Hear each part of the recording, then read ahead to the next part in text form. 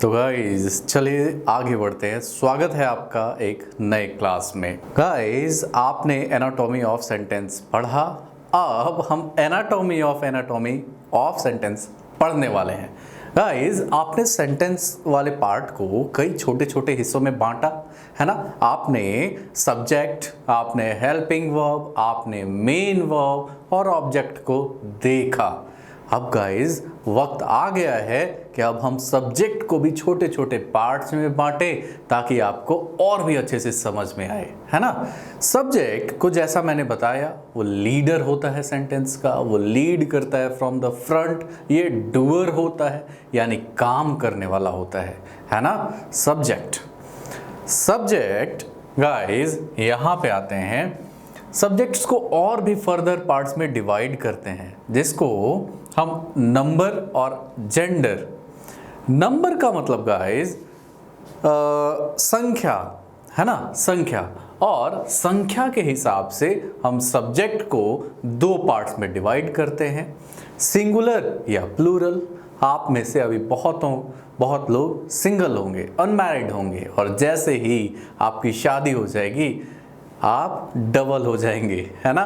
तो याद रखिएगा, अगर कोई सिंगल है, पर्सन एक है, कुछ भी, एक पेन, है ना, एक mobile phone, one boy, one girl, ये सब के सब सिंगुलर की कैटेगरी में आते हैं। हम इनको सिंगुलर बोलते हैं। और जहां भी एक से ज़्यादा हो गए, दो लोग हो गए, उनको हम प्लूरल की कैटेगरी में डाल देते हैं, है ना।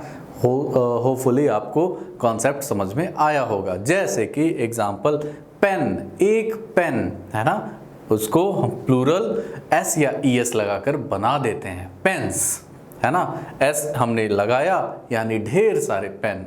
उसी तरह बेंच, एक बेंच, और इसी में एस या ईएस हमने लगाया, ये बेंचेस बन गया गाइस, ये ढेर सारे बेंचेस हो गए।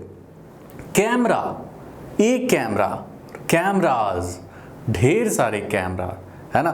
टीचर, एक टीचर, टीचर्स, ढेर सारे टीचर्स। तो एस और ईएस लगाकर हम सिंगुलर से प्लूरल में चेंज करते हैं। उसी तरह गाइस सब्जेक्ट का जेंडर भी होता है। सब्जेक्ट ये जरूरी नहीं हमेशा ही लड़के ही लीड करते हों, है ना। हमेशा ही आर्मी में ये जरूरी नहीं है कि जनरल लड़के ही हों। झांसी की रानी का नाम सुना था ना आपने, हाँ, लड़कियां भी फ्रॉम द फ्रंट लीड करती हैं गाइस। तो जेंडर के रूप में मेल एंड फीमेल क्लासिफाई हम करते हैं, अलग अलग करते हैं। और सब्जेक्ट जेंडर के रूप में मेल या फिर फीमेल भी हो सकता है, बॉय या फिर गर्ल भी हो सकता है। सब्जेक्ट को और भी कई पार्ट्स में बांटते हैं, लेकिन फिलहाल आपके लिए इतना जरूरी है कि आप इन सारे फैक्ट्स को, इन सारे आंकड़ों को जरूर याद रखें। गाइस सब्जेक्ट की बात की जाए तो सब्जेक्ट की जगह पे, यानी कि I am doing a work, I आया ना, आई सब्जेक्ट हुआ। She is working very hard, तो शी एक सब्जेक्ट की जगह पे आया ना। He is not going to London, वो लंदन नहीं जा रहा है, तो यहाँ पे सब्जेक्ट क्या आया, ही, है ना। They are working really hard, वो लोग सच में बहुत मेहनत कर रहे हैं। They are protecting our borders, वो लोग बॉर्डर पे खड़े हैं और सुरक्षा कर रहे हैं, है ना। You are watching this video, you.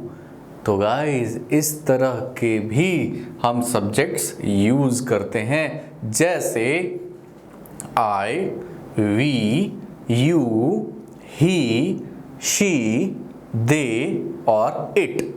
इसमें एक नेम भी होता है, नाम, जैसे Mohan is watching this video, है ना। अगर आपका नाम मोहन है जो इस वीडियो को देख रहा है, तो एक बिग शाउट आउट आपके लिए मोहन जी।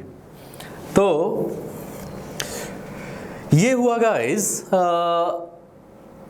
प्रोनाउन इसको बोलते हैं। इसको मैं पार्ट्स ऑफ स्पीच वाले चैप्टर में बहुत ही अच्छे से समझाऊंगा, डोंट वरी। अभी के लिए, फिलहाल के लिए आप याद रखिए, ये वाला जो कॉलम है ना, ये वाला I, we, you, he, she, it, name और दे, ये सब के सब सब्जेक्ट वाली जगह पे यूज होते हैं।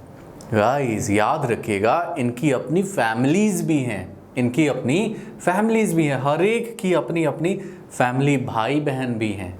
जैसे आई का जब पोजेशन दिखाना हो, जब किसी चीज़ पे अधिकार जताना हो, है ना,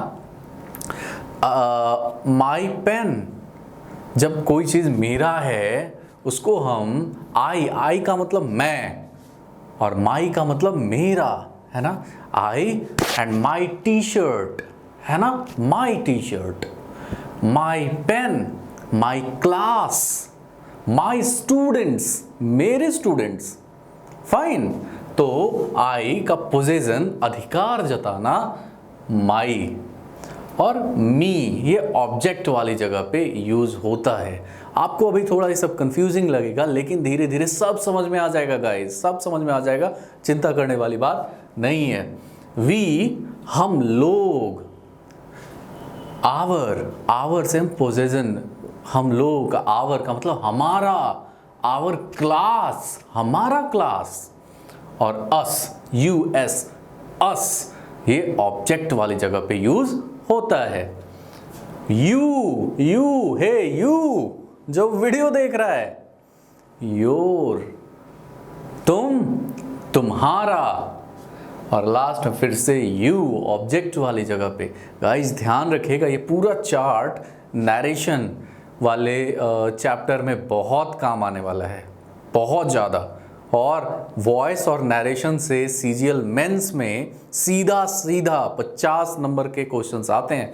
तो ये वाला पूरा चार्ट आपको वॉइस और नरेशन में अगर याद नहीं हुआ तो बहुत प्रॉब्लम आने वाला है गाइस, बहुत दिक्कत आने वाला है ना। और अगर आपको ये याद हो गया तो सीजीएल मेंस की मैं बात कर रहा हूँ, इंग्लिश में आपके वो जो 50 नंबर है ना, उसको 50 नंबर लेने के लिए मुश्किल से आप 5 से 6 मिनट में 50 को टिक कर देंगे और 50 नंबर फ्री के आएंगे, फ्री के।